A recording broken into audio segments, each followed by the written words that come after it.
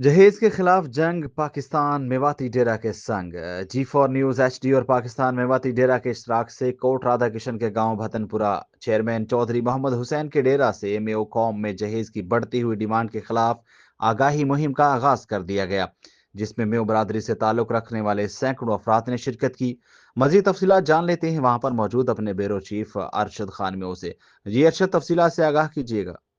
اجی بہت شکریہ۔ میں آپ کو بتاتا چلوں، پاکستان کے اندر ایک قوم ہے جس کا نام ہے میو قوم کے لوگ زیادہ تر پنجاب کے ضلع قصور، لاہور، اکاڑا، ننکانہ، ناروور، ملتان اور صوبہ سندھ کے مختلف علاقوں میں بڑی تعداد میں آباد ہیں۔ ان کے بچوں کی شادیوں میں جہیز کی ڈیمانڈ اتنی بڑھ چکی ہے کہ بنا موٹر سائیکل، کار کے علاوہ شادی کرنا ناممکن ہو چکا ہے، جس کی وجہ سے غریب دیہڑی دار مزدور طبقہ بہت زیادہ پریشان ہو کر رہ گیا ہے، اور غریب کی بچیاں جہیز نہ ہونے کی وجہ سے ابھی بھی گھروں میں جوان بیٹھی ہیں۔ اسی چیز کو مد نظر رکھتے ہوئے G4 نیوز HD اور پاکستان میواتی ڈیرا کے سرپرست اعلیٰ حاجی خوشی محمد نمبردار میو نے اپنی ٹیم کے ہمراہ آج کوٹ رادھا کشن کے نواحی گاؤں بھتن پورہ چودھری محمد حسین میو چیئرمین کے ڈیرا پر گئے، جہاں چیئرمین محمد حسین میو اور ان کے بھائی چودھری رمضان میو کی جانب سے ایک تقریب کا انعقاد کیا گیا، جس میں حاجی خوشی محمد نمبردار اور ان کی ٹیم نے لوگوں کو سادگی اور سنت رسول کے مطابق شادی کرنے کا کہا۔ اس موقع پر مزید حاجی خوشی محمد نمبردار کا کہنا تھا کہ جس کے پاس روپیہ پیسہ ہے